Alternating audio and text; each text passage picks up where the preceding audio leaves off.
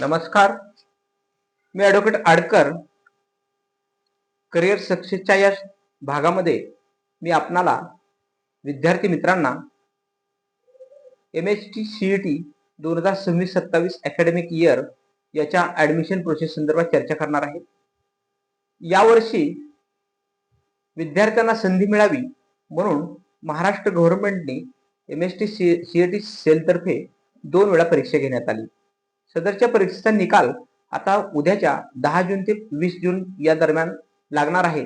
परंतु त्याबाबत मला एक महत्त्वाची गोष्ट सर्व विद्यार्थी व पालक मित्रांना सांगायची आहे की ज्यावेळेस आपला रिझल्ट लागला जातो त्यावेळेस अचानक आपल्याला ॲडमिशन प्रोसेस 25 तारखेपासून चालू होणार आहे. त्यामुळे पुढील कागदपत्रांची आवश्यकता आहे. ते सर्व कागदपत्रे आपण आजपासूनच जमा करण्याची गरज आहे.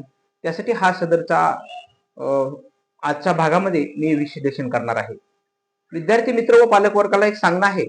प्रथमतः आपल्याला ऍडमिशन प्रोसेसमध्ये उतरायचं म्हटलं, ऍडमिशन घ्यायचं म्हटलं, इंजिनिअरिंगसाठी ऍडमिशन कोणत्याही कॉलेजला घ्यायचं असू द्या, त्या रिझल्टच्या वेळेस आपण तो पर्सेंटाईल कट ऑफ किंवा college wise cut off, branch wise cut off ते विश्लेषण व्यवस्थित आपण पाहणारच आहोत.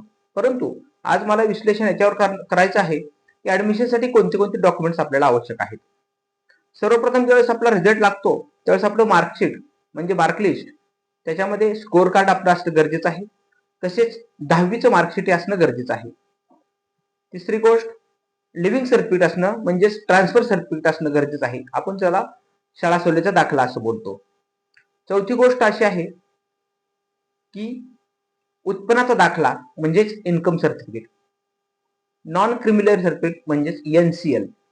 नॉन क्रिमिनल म्हणजे जो ओपन सोडून OBC असो, ST असो, NT असो, FIJNT असो किंवा NTB असो, NTC असो, NTD असो, या सर्व समाजातील किंवा ST NT असो, या SC ST असो, या सर्व आरक्षित वर्गाला नॉन क्रिमिनलची आवश्यकता असते.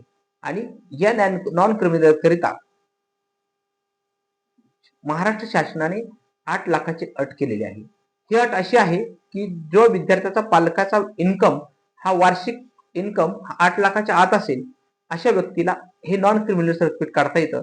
म्हणजे ते अप्रगत अशा गटातील समजले जातात आणि नॉन क्रिमिनल ज्यांना मिळत नाही ते प्रगत गटात समजले जातात. त्यामुळे त्यांना ही सवलत लागू नाही. हे नॉन क्रिमिनल सर्टिफिकेट गरजेचं आहे. तसेच याबरोबरच जर आपण विद्यापीठ सोडून ऍडमिशन घेत असेल तर मायग्रेशन सर्टिफिकेट गरजेचं आहे.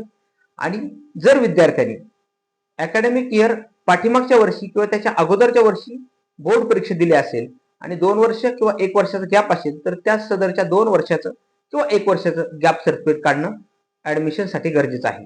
तसेच त्याबरोबर डोमिसाईल नॅशनॅलिटी हे अत्यंत उपयुक्त अशी गोष्ट आहे आणि ते असणं गरजेचं आहे. तसेच याबरोबर आपला आधार कार्ड, मतदान कार्ड व आपले फोटो, आपला आधार कार्ड हा आधार कार्डला मोबाईल नंबर ऍड असणं हे गरजेचं आहे. या सर्व गोष्टी आपल्याला ज्यावेळेस आपण इंजिनिअरिंग कॉलेजला ऍडमिशन घेण्यासाठी म्हणजे CET सेल तर्फे ज्यावेळेस काउन्सिलिंग चालू होते त्यावेळेस असणे गरजेचे आहे. आणि त्यानुसार कॅप राऊंड नुसार आपण प्रत्येक वेळी ज्या त्या हिशोबातून आपल्याला चॉईस फिलिंग देता येईल आणि त्यानंतर आपल्याला ऍडमिशन घेता येईल. हे ऍडमिशनची प्रोसिजरसाठी आपल्याला आवश्यक असणारे हे डॉक्युमेंट्स मी आता तुमच्या पुढे सांगितले. हे सर्व डॉक्युमेंट्स रिझल्ट लागण्या अगोदर आणि रिझल्ट लागल्यानंतर हे सर्व गोळा करून आपण ऍडमिशन प्रोसेस करणे गरजेचं आहे. एवढंच या निमित्तानं सांगतो आणि थांबतो. सर्वात महत्वाची गोष्ट, ह्या सर्व अशा उपयोगी येणाऱ्या गोष्टी म्हणजेच विद्यार्थ्याला शैक्षणिक ज्या MHT CET असो किंवा GE असो किंवा मेन्स आणि ऍडव्हान्स एक्झाम करता आवश्यक असणारी माहिती असो, ही या विषयाच्या या चॅनलच्या माध्यमातून मी आपल्यापर्यंत प्रसारित करणार आहे. त्यासाठी आपण हा सदरचा चॅनल सबस्क्राईब करा, लाईक करा व स्वतःला किंवा आपल्या मित्रांना किंवा पाहुण्यांना शेअर करा. म्हणजे त्याचा उपयोग त्या सर्वांना होईल. एवढंच सांगतो आणि थांबतो. जय हिंद.